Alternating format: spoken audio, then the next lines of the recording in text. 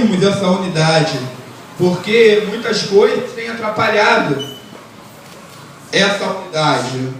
Muitas coisas têm atrapalhado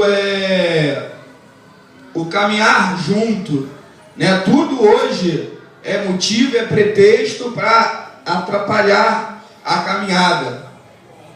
E então a gente vai começar a falar algumas coisas a respeito de unidade, né? O que é unidade? Às vezes a gente confunde unidade com unanimidade, e são duas coisas diferentes, sabe?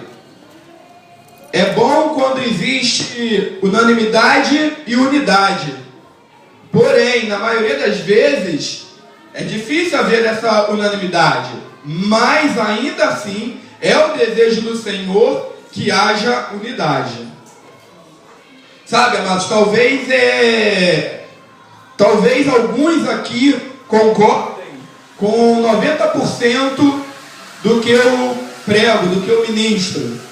Talvez outros concordem com 70% do que eu prego, do que eu ministro. Talvez outros 60%, 50%. E por isso, né, não só por isso, mas esse é um dos motivos pelo qual você está aqui. Porque você veio um dia e se identificou com a palavra, se identificou com aquilo que era ministrado. Mas eu entendo, tenho certeza, e é saudável que você não concorde 100% comigo. Eu tenho certeza disso. Ninguém aqui concorda 100% com aquilo que eu digo.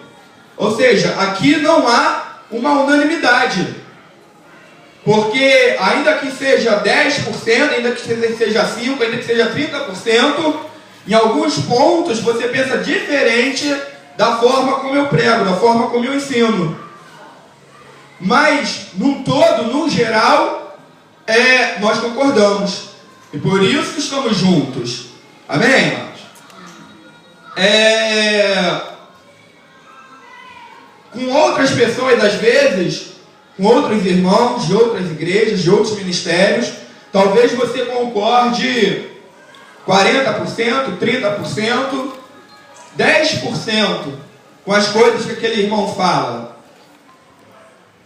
Mas eu quero dizer que, ainda que você concorde somente com 1% do que determinada pessoa fala, do que determinada pessoa ensina, eu tenho certeza que esse 1% vai ser o quê?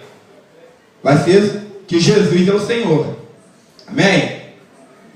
Então, na realidade, o 1% que nós concordamos, esse 1% do motivo que nós concordamos, ele é mais poderoso do que o 99% do motivo pelo qual nós discordamos. Amém, irmãos? Amém. Estão entendendo? Ainda que seja 1%, só que você concorde com o que fulano fala, com o que determinado pastor de igreja, de ministério, de denominação fala, eu tenho certeza que esse 1% vai ser em relação a Jesus Cristo, que Ele é o Senhor e que não existe outro caminho para o Pai além de Jesus. Então, se é somente 1%, esse 1% é mais poderoso, é mais pesado, é mais intenso do que os 99% das coisas que nós não concordamos, que nós divergimos. Por quê? Nós concordamos no único ponto que é verdadeiramente o essencial, que é verdadeiramente mais importante, é que Jesus é o único caminho de volta para o Pai. Nós concordamos naquele ponto que é o que decide todas as coisas. Os 99% dos outros pontos que nós não concordamos, na verdade, são coisas de homem. São coisas de homem, amados. São doutrinas, são pensamentos, são opiniões, são conceitos, são ideias, sabe? Daquilo que nós especulamos ser a verdade. Só que, quando falamos de Jesus, quando eu falo de Jesus, eu não estou especulando sobre uma doutrina ser verdade ou não. Quando eu falo de Jesus, há uma unanimidade de que Jesus é o quê? A verdade. Aleluia. Então vocês estão entendendo que esse ponto é o decisivo? Só que, cara, o homem se acha tão esperto, né? O homem se acha tão inteligente. Nós temos homens tão inteligentes hoje. Temos homens tão sábios, mas que têm deixado os 99% ser mais poderoso do que o 1%, que é justamente a questão que Jesus é rei, que Jesus reina sobre toda a terra, sabe? E dentro da nossa sabedoria, nós deixamos o 1%, que na realidade é mais poderoso, é mais importante do que os 99%, e nós ficamos discutindo teses, criando teorias em torno dos 99%. Por quê? Porque nós somos inteligentes demais. Olha o que Satanás faz. E nós não percebemos que com isso nós temos nos distanciado uns dos outros. Nós não temos percebido que com isso nós temos nos afastado uns dos outros. E nós queremos fazer valer o que? A nossa opinião. Nós queremos fazer valer o nosso pensamento, a nossa ideia do que é a verdade. Mas, amados, eu tenho deixado de lado a minha ideia do que é a verdade para ficar com aquilo que a Bíblia diz ser a verdade.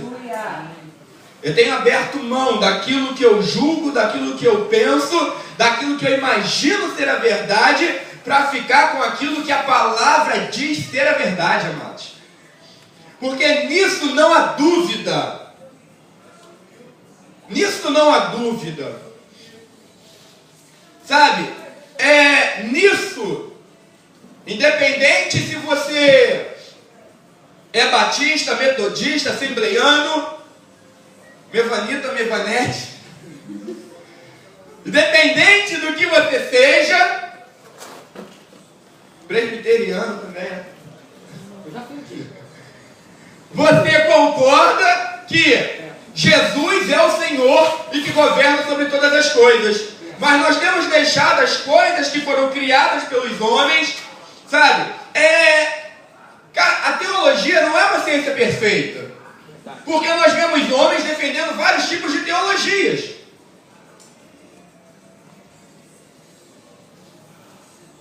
E nós temos deixado então conceitos filosóficos, verdades teológicas, separar um corpo que deve andar e permanecer unido.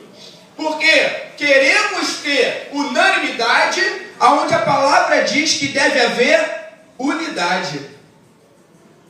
Mas a unidade é mais poderosa do que a unanimidade.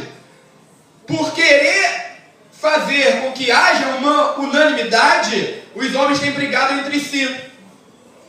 Porque querem ter razão. Porque não abrem mão, sabe, de estarem errados em algum momento, de estarem errados em alguma ideia. Por causa do seu ego, por causa da sua vaidade, por causa do seu orgulho. Sabe, a palavra vai dizer que muitos dos fariseus creram em Jesus Cristo. Eles sabiam que Jesus era quem ele dizia ser. Só que a palavra vai dizer que eles amaram mais a glória dos homens do que a glória de Deus. Sabe o que é isso? É saber que Jesus é o caminho, a verdade e a vida, que Jesus é o Filho de Deus, mas se eu concordar com isso, eu vou ter que abrir mão de algumas ideias minhas. Eu vou ter que abrir mão, eu vou ter que em algum momento assumir que eu estava errado. E é isso que os homens não querem. Sabe, em algum momento, assumir que erraram em suas teologias. Que erraram em seus conceitos. que erraram em suas ideias. E isso tem atrapalhado, por querer essa unanimidade, a gente não tem conseguido andar em unidade. E a unidade, ela é mais forte, por quê que ela é mais poderosa do que ser unânime? Porque se eu não penso da mesma forma que o Rodrigo e eu estou em busca de unanimidade, eu não vou querer andar com ele, porque ele pensa de forma diferente. Mas se eu e o Rodrigo temos não buscado ser unânimes nas nossas ideias e conceitos, mas se nós temos buscado ter unidade em prol do propósito, nós iremos abrir mão das nossas diferenças em prol da unidade. Então a unidade faz com que você submeta, sabe, o seu orgulho, faz com que você submeta a sua ideia, para que a unidade possa acontecer. Então eu vou ter que abrir mão, o Rodrigo vai ter que ceder, porque nós entendemos que o propósito é muito maior do que os nossos pensamentos. O propósito final é muito mais poderoso do que alguns pontos doutrinários, do que alguns pontos teológicos. Cara, Cristo não é teologia, Cristo é o poder de Deus.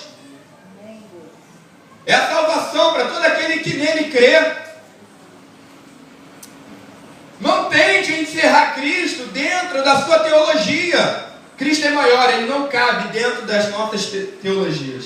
Ele não cabe dentro das nossas teorias. Ele não cabe dentro dos nossos conceitos. Ele não se resume a nenhum dos nossos resumos sobre quem ele é. Ele excede, amados. Ele transcende.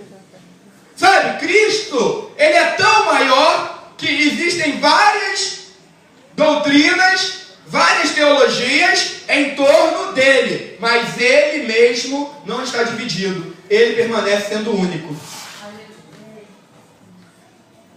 Sabe, ele não se, quem se divide somos nós. Por quê? Por causa dos nossos pensamentos, por causa dos nossos conceitos. Então, você acha que eu vou querer seguir aqueles que ao longo da história têm se dividido, ou vou querer permanecer com aquele que ao longo da história, ao longo de toda a eternidade, permanece sempre o mesmo? Cara, é claro que eu vou ficar com Jesus. Aí as pessoas às vezes me perguntam: não, mas você é arminiano ou calvinista? Eu falo: eu sou cristão, cara. Não, mas eu tenho que ser o quê, cara? Sabe o que você quer que eu seja?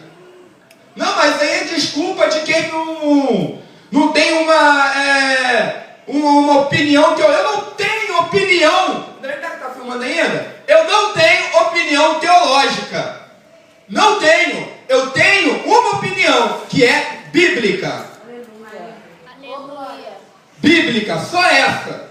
Os caras vêm perguntar qual é a sua opinião teológica. Cara, eu não tenho opinião teológica, eu tenho opinião bíblica. A palavra não diz que eu tenho que ter opinião teológica, porque teologia, mas foi criada pelos homens. Eu não tenho nada contra, sabe? Se você quer estudar